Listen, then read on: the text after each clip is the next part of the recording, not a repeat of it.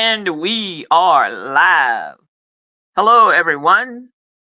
How are you this Good Friday evening? Hope all is doing well. You are tuning in to Saving Money Unapologetically with your host, PG. That is me. Well, the topic for discussion today, folks, is Food Facts Friday. That's right, Food Facts Friday. Today I'm coming on to talk about a few um, things that seem to be increasing in price and seems to me and a few of my friends and neighbors have been talking about certain items that we seem to be missing, or it seems to be a shortage of, or a smaller quantity in the grocery stores when we are doing our weekly grocery shopping or what have you. There are 8 foods or food products that I'm going to talk about and feature this evening.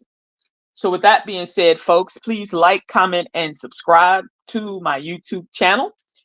Share the video, vlog slash podcast, or whatever you want to call it, so that more people can get this information and perhaps be able to use it in a manner that would be beneficial to them and or their family as they continue to grocery shop in the upcoming weeks, months, and into the next few years, as long as we are still battling inflation in the manner in which, excuse me, we have been seeing it um, take a strong hold on a lot of our household and disposable income, the few of us that has any disposable income left. Anyway, getting into the gist of things this evening, I want to talk about the factors that apply to some of the items that I'm going to discuss tonight. And those factors are anywhere from climate change, global warming, pollution, flooding, storms, droughts, labor shortages, diseases, crops failing, um, high cost of fertilizer for the crops and various things, all gas prices getting it to the end result, which would be the grocers or the wholesale supply companies and the warehouses. All of that are factors that factor into how much of it is readily available, um, how much the farmers have to spend in order to get that crop from out of the field, from basically from seeds to in the field, to the water that they spend, the fertilizer that they have to purchase, and all of that in between. So let's get right into it. Factors like environmental changes, folks, and constant challenges, like I've said earlier on, such as labor shortages and more, are posing a risk to the availability, quality, and affordability of certain products. The first thing I want to talk about this evening on the list, well, I might as well, I'm getting ahead of myself, but I might as well say the 8 food items of food products that we're going to discuss. The first one being spices, dairy products, eggs, and chickens, seafood, grains, fresh produce, meat and poultry, as well as cooking oils or cooking sprays such as olive oils, avocado oil, and even grapeseed oil. So let's get it popping. Spices like black pepper and cinnamon, if you've paid attention lately in the stores on the shelves, such as at Kroger, King Super, Publix, Walmart, Trader Joe's, Aldi's.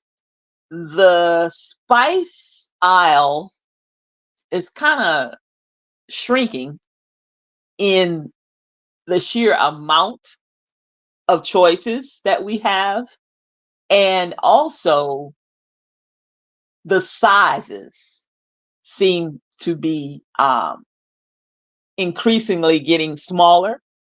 And this is my opinion from what I've seen in going into these stores, doing my couponing, doing my budgeting, my weekly grocery shops, and what have you. Even conversing on the phone with um, friends and people who are also avid couponers like myself and bargain hunters and what have you, to discussing certain things that we've just kind of run across.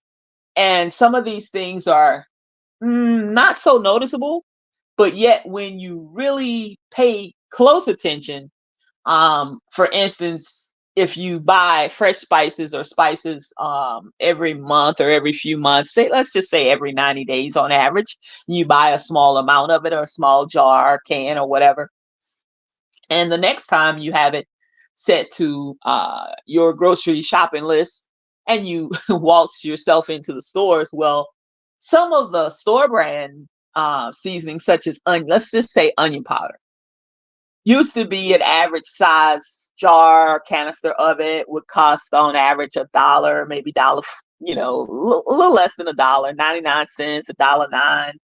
Now those same sizes have, maybe a half or 2 ounce, between a half and 2 ounces smaller in size and quantity or volume, and they have increased in price, such as the Walmart brand, Great Value. Let's just take Great Value for instance, and let's just take garlic powder and onion powder.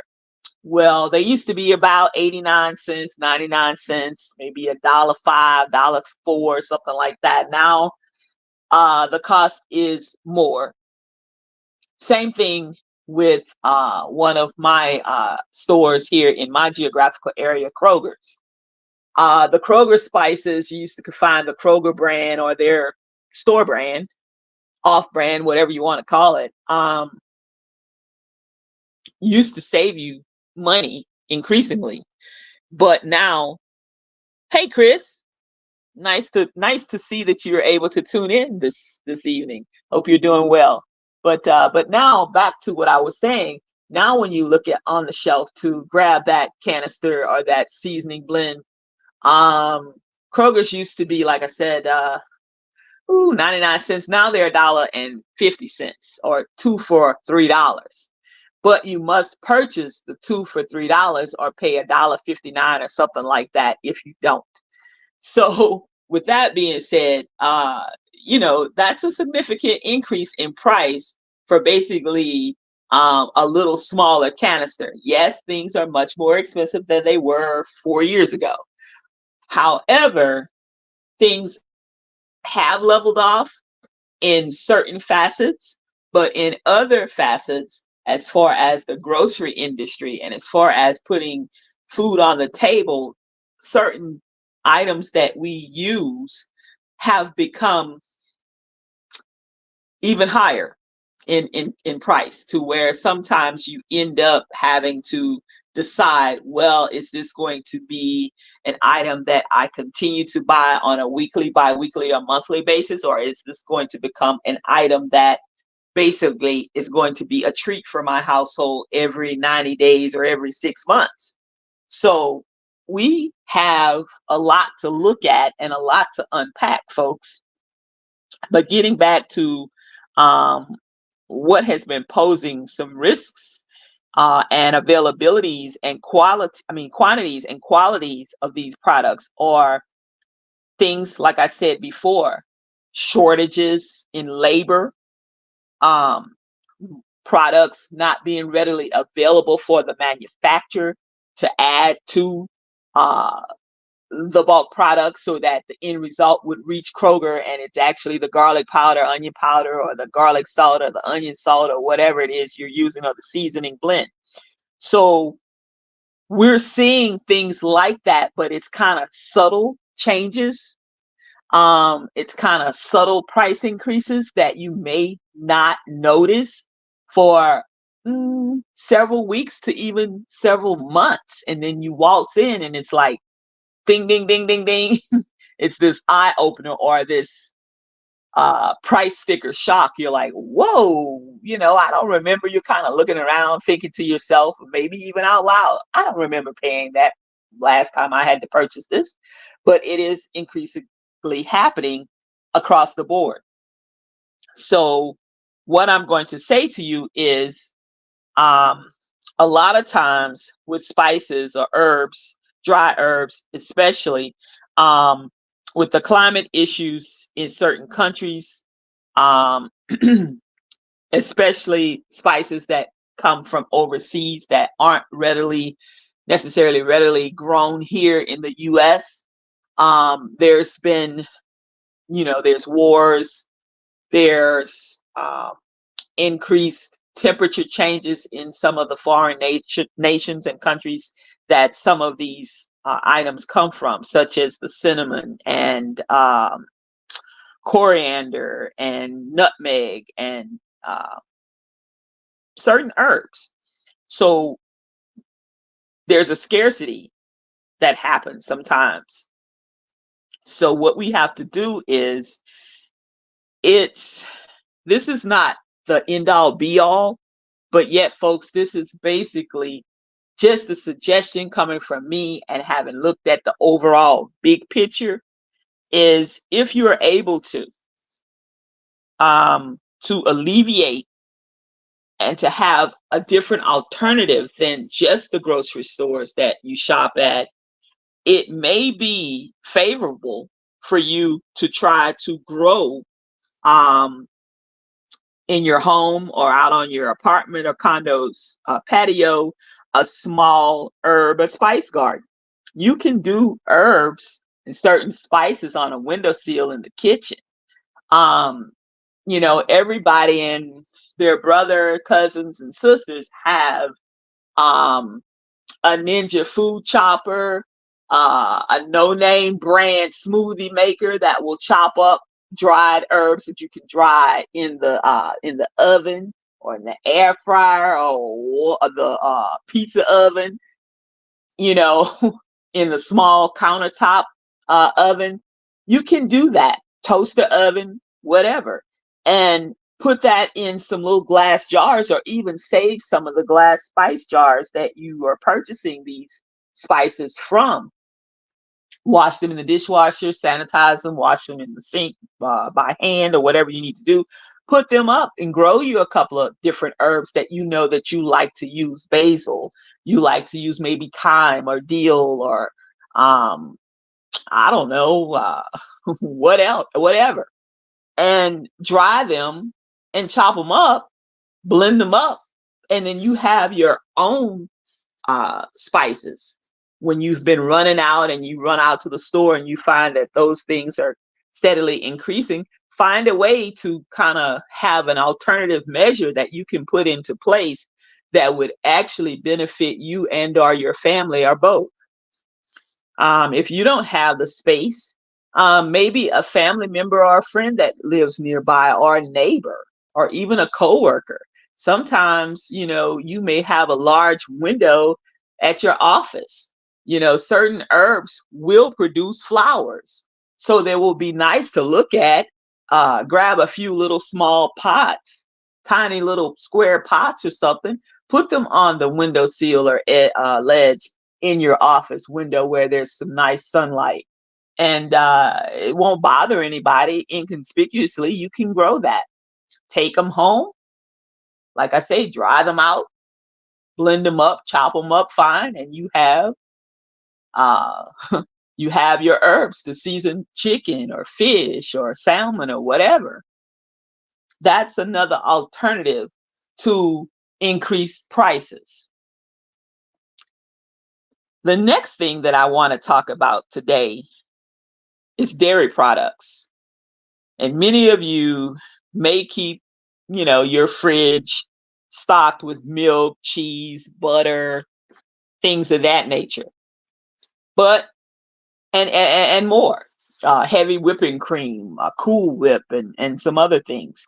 But unfortunately, um, you may run into store stock levels being a little off kilter sometimes, or limited, just totally limited, the availability of certain products, or the sheer amount of choices that you once had several months ago may not be the same when you step into that Publix, or down the street at that Walmart, or up the road at the Target, uh, you know, even at Costco's and Sam's Club. Some of the large varieties of certain items have kind of shrunken down to a smaller quantity of availability of certain products. So there again, you're faced with having to make decisions on, do I purchase this when this is $3 or $4 more out of my budget for this little small container, whereas I used to purchase this sour cream or this or that and the third for $1.99, and now it's $4.49. So you have to find alternative ways and take alternative measures sometimes. And I'm not going to tell you that um, it's going to be a good fit for every household or every individual. It just depends.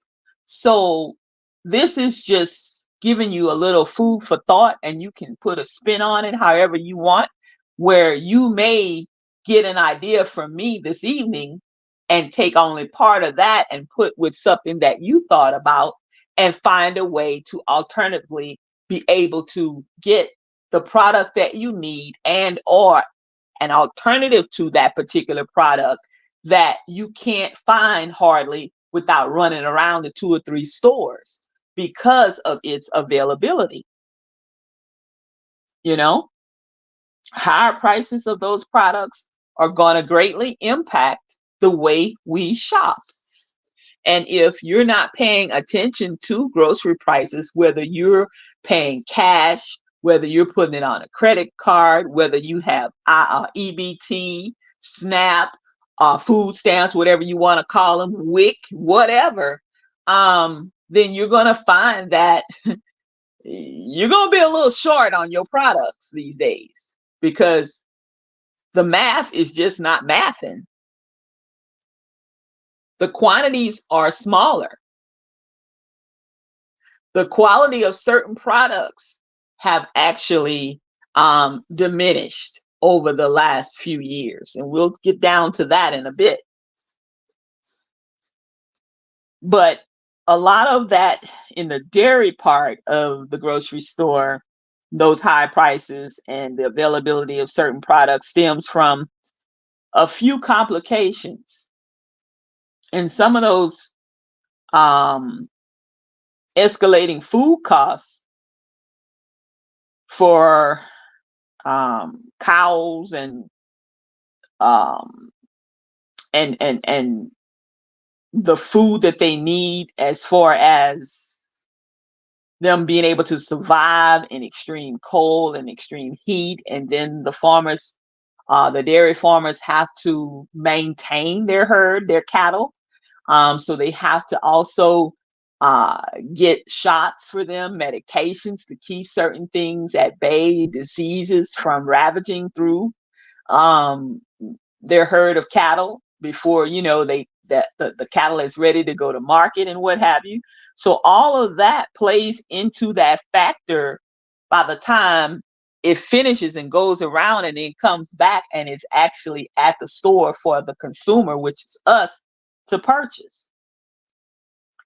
Then add in extreme weather conditions, like I said, the floods, the droughts, the heat waves in certain states, further puts stress and strain on the dairy production. And the animals here lately have not been producing as much as the yields that they used to produce. Not that they're old and worn out, but it's just taken a toll. The overall climate change, the overall temperature change. Certain farmers have had to switch their foods, their feed, what they feed their cattle. Um, they have to worry about the water being polluted or them not getting enough water if there's droughts and what have you. And they're actually supplementing the water supply that they use also with the rainwater. Certain areas of the country are experiencing extreme droughts. So all of that factors in the cost of these products that we purchase. And when I look at things like that, it may be time for some of us, not everybody is going to want to do this, but it may be time for some of us to experiment and take a hard look at plant-based alternatives as far as plant-based alternatives for your milk, for your butter or your margarine or what have you. Looking at the plant-based milk alternatives, like there's almond milk, there's soy milk, there's oat milk, there's almond, like I said, the almond milk. There's plant-based butters and margarines that I have tried myself, and pretty much I can't really tell the difference. So if you can't really tell the difference and it doesn't taste bad and what have you, and you can use it in your baking or in your everyday cooking or on your toast or your bagel or what have you, then hey, by all means, take a gander at it. Try it. If you don't like it, I'm not saying that you have to stock your pantry or your fridge or what have you with it. I'm saying at least try it. That kind of takes the stress off of you as well, from having to go from maybe the Target to the Publix, and then you still didn't find any, and then you had to go to Kroger, or you had to go to King Supers, or you went to HEB Hib or whomever or wherever. That may be able to take some of the stress and the strain and the panic out of you trying to locate those products. Why don't you try an alternative and see if you like it? There are healthy products available, or products that are very similar to what you have been accustomed to using, that can substitute. It can substitute long term, and or it can substitute until everything gets shored back up, and you're able to go in your favorite grocer or wherever you shop and purchase those items again. Now, yes, you probably were going to be paying more for them, yes. But once, the short supply, or say, for instance, climate change kind of cools down a little bit and we start doing a little bit better as far as saving our climate and what have you, and things start to trickle down or settle down a little bit, then your supply chain will loosen up some more. Will prices go back down? Maybe, maybe not. But also, you can keep your eyes and ears peeled and open for savings, for sales that periodically grocers have what they call sales cycles on certain products.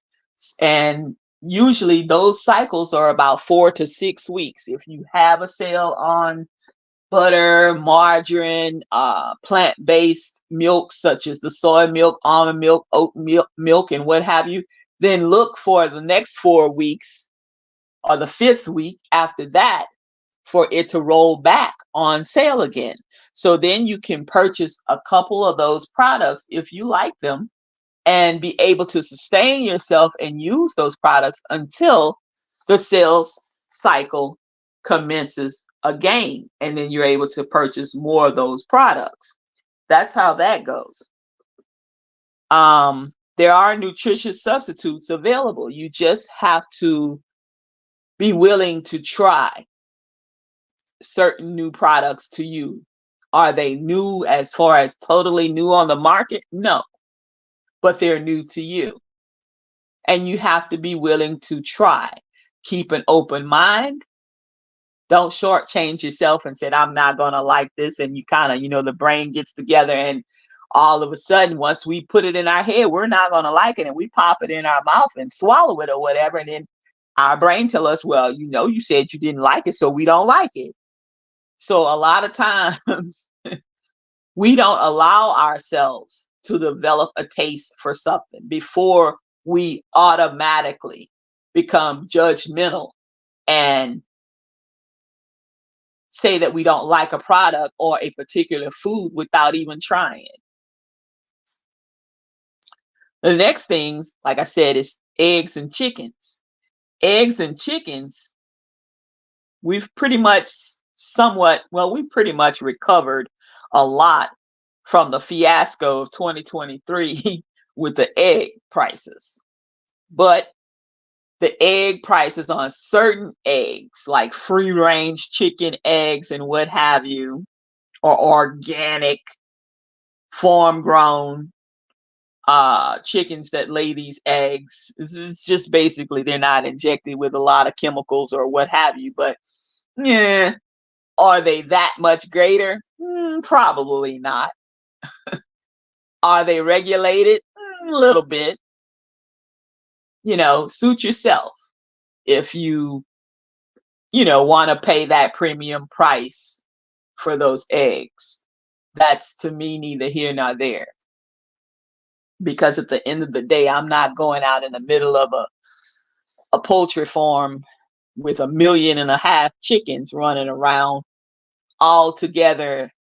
Just because they're running around doesn't mean that they're being treated any better than the ones in the hen houses, in chicken houses, that are being exposed to other things. So, suit yourself, to each his own. But like I said, we've somewhat recovered from the fiasco of 2023 with the egg prices, regular egg prices. Now, Jerry and Company and what is it? Eggland's Best and all the rest of these companies and places that brown eggs and the free range chicken eggs, those prices have not come down to where I would be comfortable in purchasing them in good conscience. Not for me. For you, fine. But for me, no. A lot of things, though, will continue to factor in, like the avian flu for the birds, for the chickens. Those birds, those chickens that are laying the eggs, if they contract the flu, well, one, and they're mixed and mingled in with the ones that they're going to take to market, to the slaughterhouse or what have you, because they're strictly for chicken, to be cut up and to be sent to the grocery stores. Some of those have to be plucked out of the supply chain as well, because they can't take any chances and pass all of those things on and get it into the humans. So those are destroyed. So not only do you not have the harvesting of the eggs, you don't have the chicken meat either.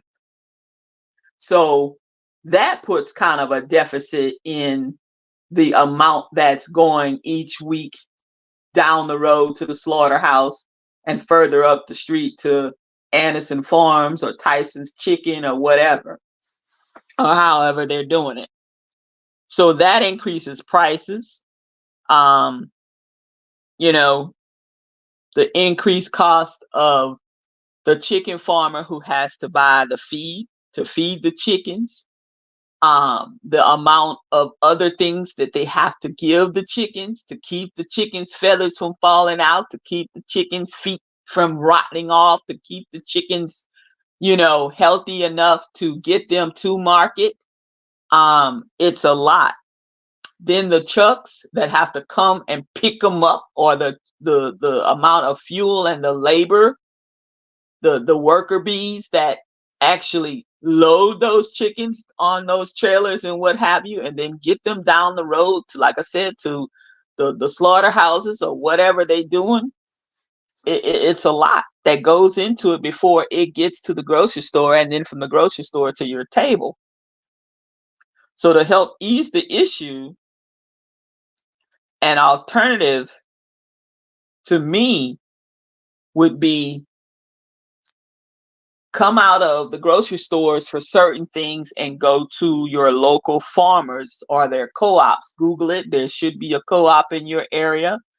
Maybe 2, 3, 4 of them you don't even know about. And also use the farmers markets where you have local farmers that are small time that can supply you with fresh eggs on a weekly or bi-weekly basis or what have you.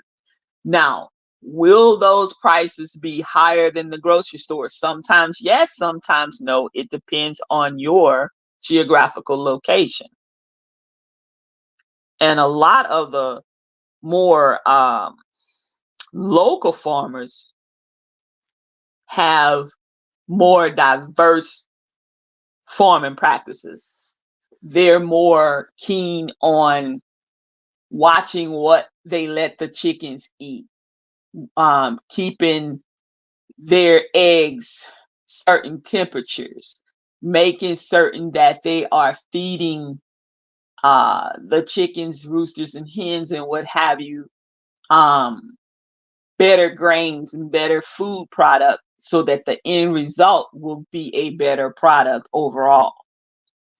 So if you, like I said, come out of the grocery stores for certain things and use the co-ops in your geographical area of your town or your city, and or the local farmers markets that usually every Saturday, and sometimes midweek Wednesdays, some have them on Tuesdays. Sometimes, you can find 3 or 4 different farmers markets in one week that's going on, that you can at least go to one of them and pick up a few things.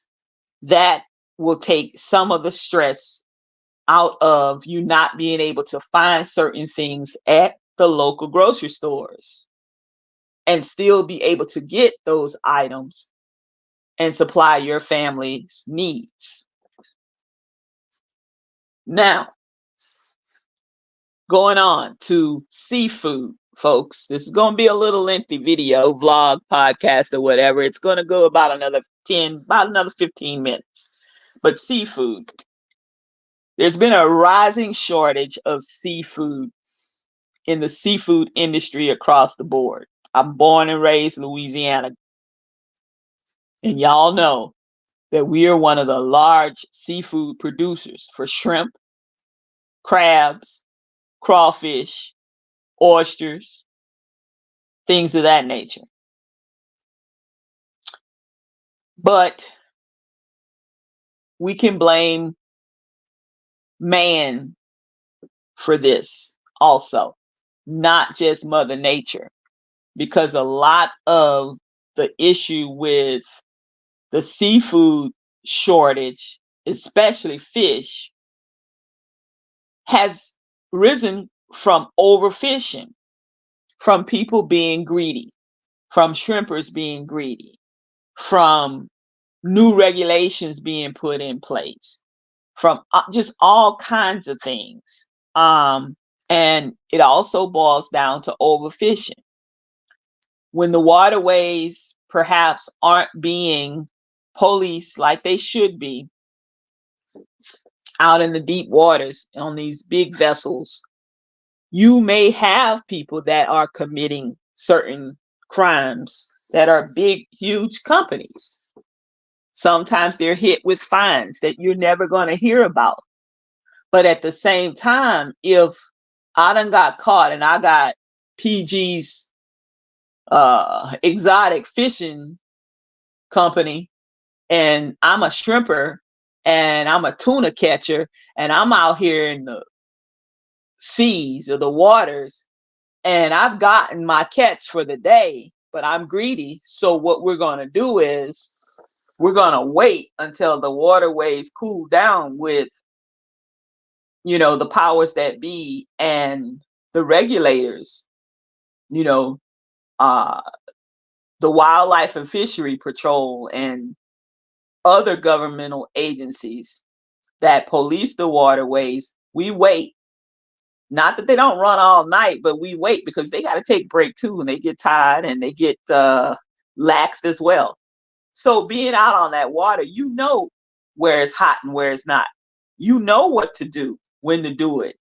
So you take that chance on being caught, but most of the times they aren't caught. So I've gotten the catch for the day, plus I'm gonna double dip.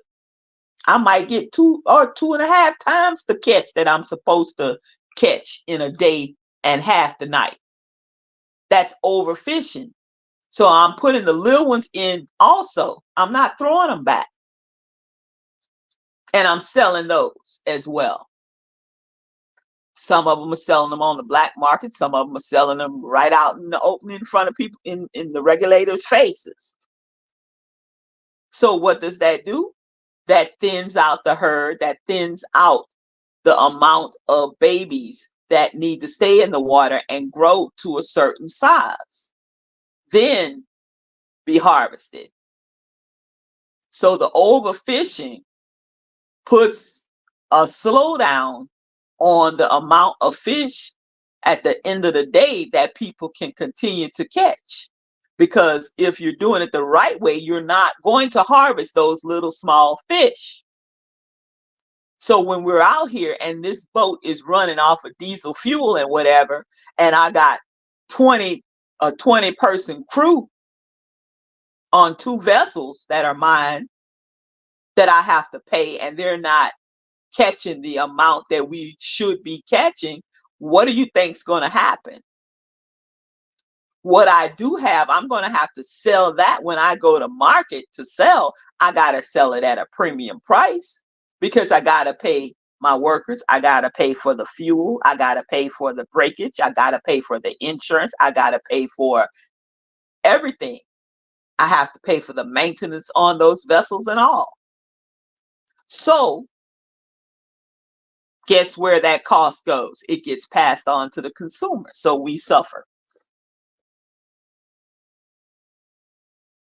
Then you got, like I say, the water pollution. We got oil spills in the Gulf. We got oil spills in the ocean. We have people that dump trash and dump stuff. They're out there on the beach in the Atlantic, say down there in Savannah, which would be the Atlantic Ocean for me. You out here and you got whatever, and it floats out to sea. Then you got the fish that are getting tangled up and tied up. You got, the water life, the creatures out there trying to survive, but yet they're being tangled up in things that they shouldn't. They're being caught up in plastic bags from grocery stores. They're being caught up in things that shouldn't be out there. So we have the environmental pollution that is a factor, and we also have oil spill pollutions. We have all kinds of stuff, and then the overfishing. So they don't get time enough to grow in the size that they should, so they can be harvested, can be good catches. So then that cost gets passed on to you. I don't have an alternative except to say, where you really like fish, then you may go to a frozen fish instead of fresh, or you may go to canned also every now and again. If you got to get your fish on, you may open up a can of albacore tuna. It's now $4 a can, $5 a can, something crazy. But at least, if you had a nice little albacore tuna salad on top of a bed of romaine lettuce and something else or whatever, a couple of sides or whatever, you're good to go. So you have to think outside of the box. You know, if you're used to buying salmon, then okay, I'm not saying don't continue to buy your salmon, but I'm saying if you're excuse me, used to cooking salmon every week, then you may not be able to cook it every week. Give yourself a little relief in the pocketbook or in the wallet or the purse, and purchase perhaps cod, purchase perhaps well, I don't know, whitefish, you know, purchase mackerel, purchase tuna. I don't know, maybe shrimp instead. You got to think outside the box, folks. But all of those type of things impact the seafood industry, and it takes a toll on the fish population in general. So just be mindful. The next item I want to talk about, folks, is grains. Grains are really a crucial component of a balanced diet. But due to global change, climate change, global warming, whatever, however you want to spin it, those type issues always and will always continue to pose a risk, a significant risk at that, to the crops that a lot of us rely on for our staples in our pantries and cabinets and what have you. It's not just necessarily one particular grain, but if we had to look at something that's going on right now, it's like, um, let's say, mm, let's say the war that's going on right now, and we know that a lot of the rice, certain grains come from overseas. So with that being said, it's harder to get those products now because certain countries are at war. There's famine going on in certain countries. And of course, at that point, when you have a lot of the country's population being wiped out or having to, excuse me, stop and go to war and never come back and perish in the war, then those people aren't replaced in their jobs. So we may not have people out there tending the rice fields and what have you, or the particular grain fields that they normally would grow and ship uh, to the United States. So that leaves us with maybe a shortage, and or at the same time, when we go in to purchase these particular rice products or oatmeal or uh, wheat products or whatever it is we're buying, we got maybe only a couple varieties that we can choose from, perhaps, as well as the increased cost, because it has cost us more to get that than we used to pay. So we have to factor that in. But at the same time, when you're factoring in things of that nature, then most of the grains you will probably be able to substitute. Not all, but most. For instance, instead of going with, say, basmati rice and or jasmine rice, you may go with quinoa. As a, those are ancient. Well, those are ancient grains. Quinoa is in the ancient grain family. Quinoa is cheaper right now as an alternative that you can use in a pinch, or you can use to bulk up in your pantry a little bit and sure up where you may not be able to purchase that expensive brand of rice that you've been purchasing for the last few years because it has gone up significantly in price, where it used to be maybe for 20-pound bag of rice would be about maybe $20. Now it may be $25 or $27, and it may only be 15 pounds and not a 20-pounder anymore. So I'm saying find an alternative, you know, rice versus pasta. Okay. Pasta is another one that is creeping up in price, and you don't have the amount of a variety that we used to see in all of our major stores. So that's a long-term food. Both of those, rice and grains, are long-term if you store them correctly.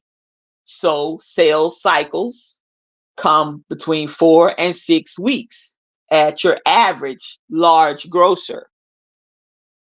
So what you do is you purchase when these items are on sale and at a reduced price if you can find them. Then you put them in Mylar bags and tightly closed containers in very dark and cooler areas of your home. And they will last you for some years, several years. I can tell you foods that will basically last for 10 years and longer. Honey, sugar, those things last. But the time to purchase them is not when you notice the shelves are bare and then they're 15 times the price that you paid 6 months ago. That's not the time to purchase it. The time to purchase is a little here and a little there, and always put something back and keep in your pantry for hard times or when times happen and you can't no longer purchase it because it's a financial strain on your budget for your groceries. You have some to pull from. You know, grains are a big um, producer in certain countries. And a lot of the grains that we see on our shelves are imported here to the States and brought to our grocery stores. They go through a lot, you know. They're affected quickly and easily by the droughts, by floods, insect infestations, you know, the unpredictable weather patterns, soil degradation, you know, mudslides, landslides, earthquakes, shifting of the soil.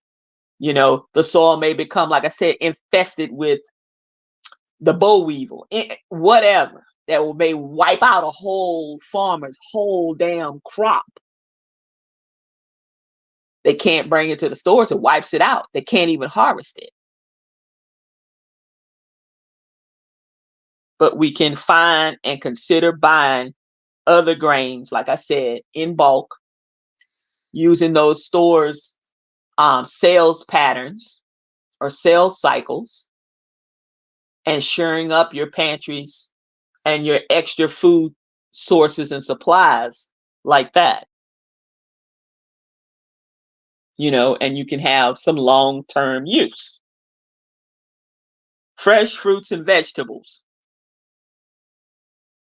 Whew, they're pretty much the cornerstone of healthy diet, healthy eating, and just overall add-ons and add-ins to make delicious meals, period.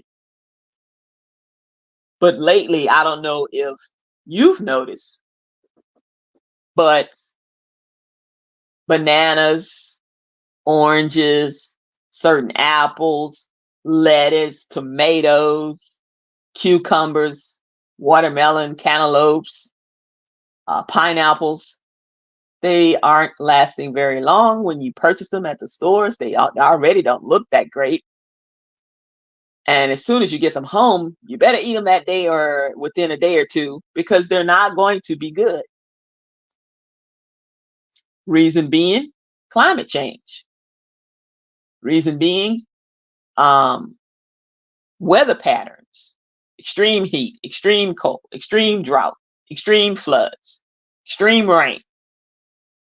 All of those things weigh heavily on the quality and the sheer quantities that are available at the grocer.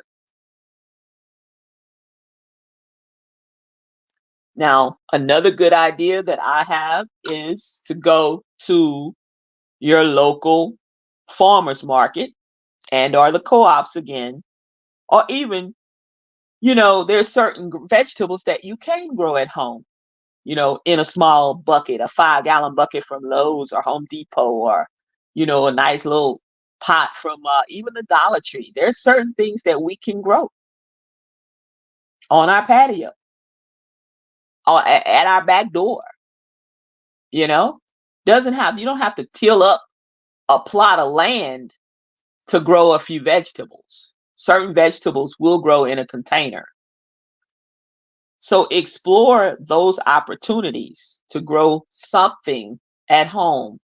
And that's one or two things that you don't have to purchase at the grocer. And then you are in control of if you decide to use chemicals to keep the insects away, or if you decide to use Ivory dish soap or Dawn dish soap as a surfactant to keep away certain bugs off of your plants. You know, putting in a couple of marigolds in between your tomato plants and what have you, so that you can keep some of the insects away, because marigolds um keep certain insects at bay on certain plants, food plants. There's different things that we can do as an alternative to not finding necessarily everything that we need at the grocery store. Meat and poultry. Americans, especially, we rely mostly on meat and poultry products for our protein sources. That's just a way of life for us. Now, I'm not saying that there are not any vegetarians or vegans or pescatarian, whatever. I'm not saying that.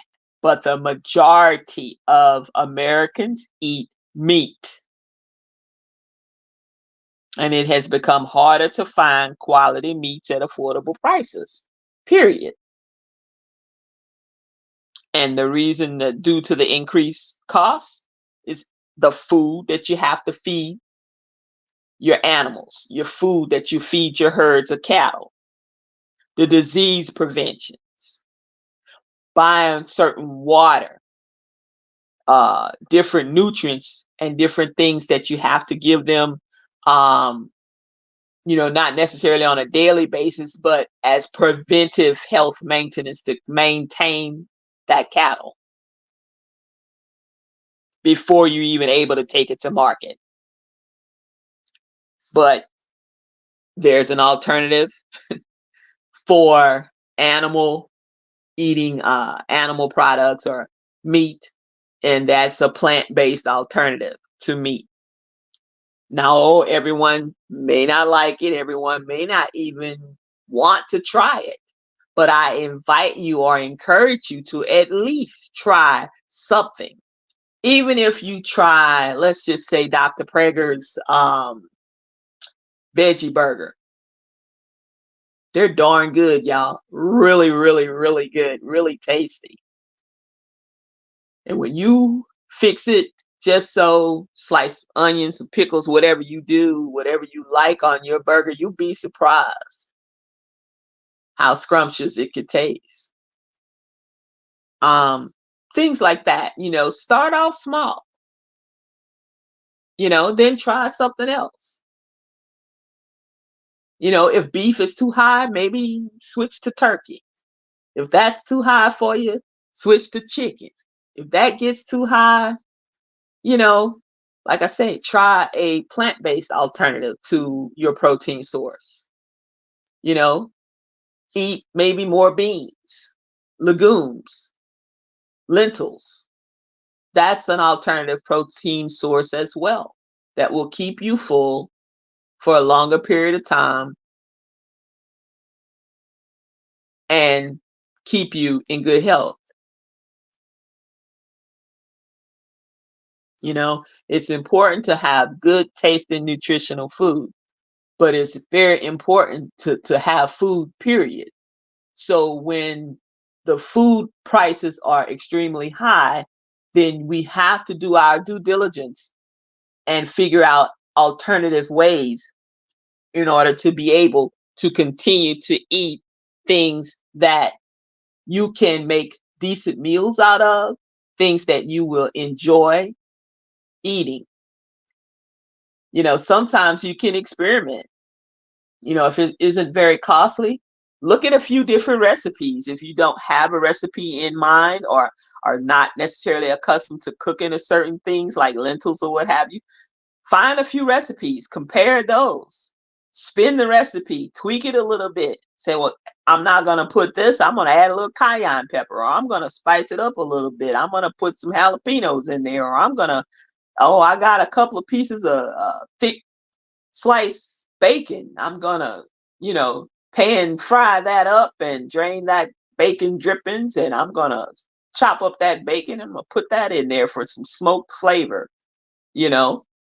There's a lot of things that we can do in order to be able to cut some costs or be able to sustain ourselves by coming up with other measures. It's just that simple, y'all.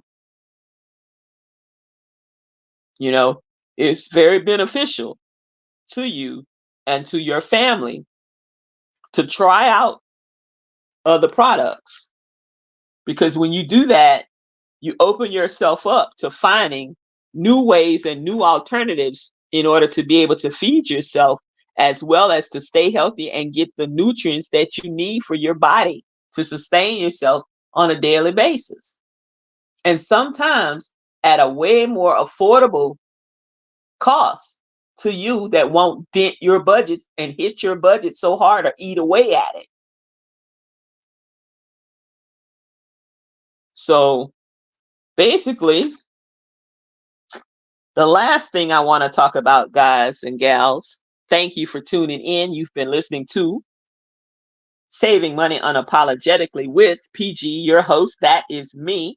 The last thing that we're going to talk about this evening is the increased prices of cooking sprays and cooking oils, such as olive oil, avocado oils, even grapeseed oils. Those three oils that I've named off are also used for skin treatments, hair treatments, um, you know, doing exfoliation. Sugar and olive oil, you know, is a good alternative source to exfoliate the skin and what have you. But when you go to the grocery store, I was in for a real shock about 2 weeks ago. I needed to purchase, and I didn't go to Sam's because it's way out, and I'm like, you know, it's just me. I've had the weight loss surgery, I've had the complications of different things, and certain things I can no longer eat, and certain things don't agree with me any longer. So I'm still in the phase of finding out what it is I can do and trying to get some normalcy. Um, so I needed some olive oil, I needed some avocado oil, and I needed some grapeseed oil. And damn it, don't you know, I went down this street to the Kroger. And when I went into the Kroger, why did I see, and this was on sale, it was $20 for a small bottle of grapeseed oil. It was $18.99 for some Pompeian olive oil, and the avocado oil, I want to say it was $17.99 or something crazy. It was almost $60 to purchase three of those oils. Well, don't you know I only purchased one? And I left out of the Kroger because I immediately got online and I'm like standing there on that aisle and I'm going, oh, hell to the no, no, no. I wish I would. The PG just wasn't going to do it. First off, that would have been almost $60 out of my bi-weekly budget for my protein shakes and all the other little stuff that I get, my little ancillary stuff, and my couple pieces of fruit, some bell pepper, romaine lettuce, and some things. Hell no. Hell, I'm like, well, shit, ain't gonna be nothing left. So I get online, like I said, standing there on the aisle, and I'm looking at Walmart, I'm looking at Sam's, I'm looking at Costco's, I'm looking at BJ's, and something, I don't know why, but I saw an advertisement. Big Lots popped up on the search as well. So I hit it and I see that it was a blend of olive oil and it was a decent price. I think it was $10 on sale. Looks like it said it rolled back or whatever it did. So I was like, I'm going to go check it out. I'm going to read the back of the label. So I went over, come on down on 138 and carry myself over there into the Big Lots. And lo and behold, I'm like, oh, hell yeah. They had olive oil and they had avocado oil that I could get, and nice big containers. And I think it was, what? I want to say it was $20 and change after taxes and all. I was happy. Now, I didn't get my grapeseed oil. I didn't get the grapeseed oil yet because I still had about maybe I would want to say a little more than a quarter of a cup, but not quite a half. And I don't use that much grapeseed oil. So I'm like, I'm okay. Let me shop around. And what I did was I came back and ranting and raving about my bargain that I found over there at the Big Lot. Wasn't expecting to, but I did. And put that up in the cabinets. And I sit down at the computer and I said, I really like Pompeian and Bertolli, whatever it's called. So I wrote to both of those companies and told them my dilemma and that I noticed that the large increase in price. And I have been a customer of theirs for many years, which I have, and told them how much I like their product and what I especially like to use their different brands of products in foods and recipes. And I actually got a reply back saying that they were going to send me some coupons. And I'm anxious to see what coupons I get. Sometimes when you write to certain companies, and this is another little tip, and I'm going to close out because this has been a long vlog today, a little over an hour, is when you write to companies, your favorite companies, and tell them about their products and how much you like the products. And it doesn't hurt to say that because of the increased prices, I am no longer able to purchase your products on a weekly or bi-weekly basis. Now it's more or less a treat. However, I still want to and still am going to purchase your products, but not as frequent. But I wanted to know if you had any samples and or any coupons that you can send me so that I can continue to purchase your products. A lot of times they will send you a coupon for a free product. And if it's not free, a lot of times it will be a high dollar coupon, $3, $4, $5 off, $10, whatever. And you'll be surprised and double down and catch up one of those items, those larger items on sale, or a buy one, get one, and use that coupon. You actually will get, most likely both of them for free. But that's an alternative. Yes, it's a little bit of work, about 5 minutes, but it's worth it. It's worth it. So add that for a little food for thought as a tip from your host, PG, to you, my favorite subscribers and my loyal followers and listeners. Add that as a little tip, a freebie Friday tip to you. To don't forget to write to these companies for the products that you purchase and have been loyal customers of theirs for years and what have you, and really thoroughly enjoy the products. There's now more ways than ever to contact these companies on Facebook, on X, on uh, um, TikTok, on Facebook. On most of them have their own company websites. You know, contact them. Tell them what you love about the product. Tell them if you had an issue with the product. Tell them even if you've had an issue finding their product in your stores lately. They want to know these things and they will reach out to you. Some will not send you coupons for some reason, whatever. They don't do coupons, but some will. You'll find a lot of them will. That was something that I used to do years back. You know, when I found the product and fell in love with the product, I would always write to them and find out if they had any coupons. But I would also just really be writing to praise them for that particular product and tell them how I liked it and how I actually used the product. Especially sometimes I used the product in a different way that they said to use it, you know, or it was an add-in to something else that I was cooking or using or whatever. Because it works with Procter & Gamble, it works with toothpaste, mouthwash, you name it. Trust me, you write to them, a lot of times they will send you a free sample or they will send you both coupons and what have you. A lot of times now, you know, they're doing everything digitally or what have you.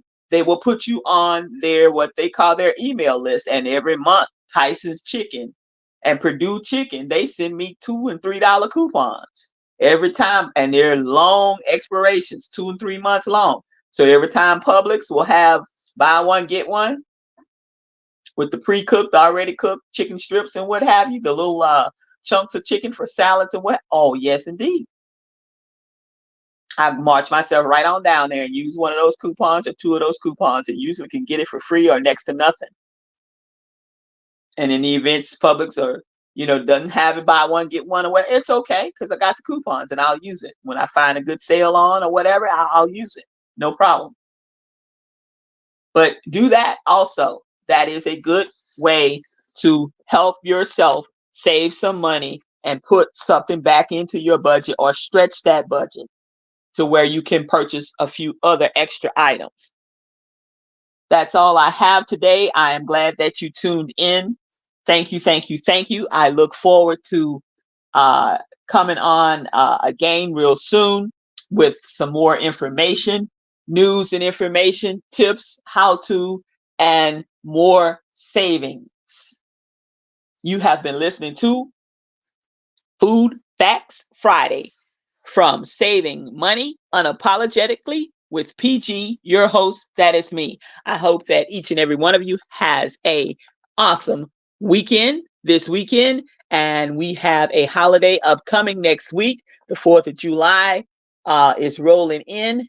And next Sunday, July the 7th, will be my 60th birthday. So with that being said, not asking for anything special or anything of that nature. If you can keep me in your prayers and thoughts, or reach out to me and say, hey, on my big day next Sunday, not this Sunday, but July the 7th will be, the Lord says the same and blesses me to see another year, I will be 60 years old. Thank you for tuning in. Y'all have a good rest of your evening. Be safe out there and take care of one another. Bye now.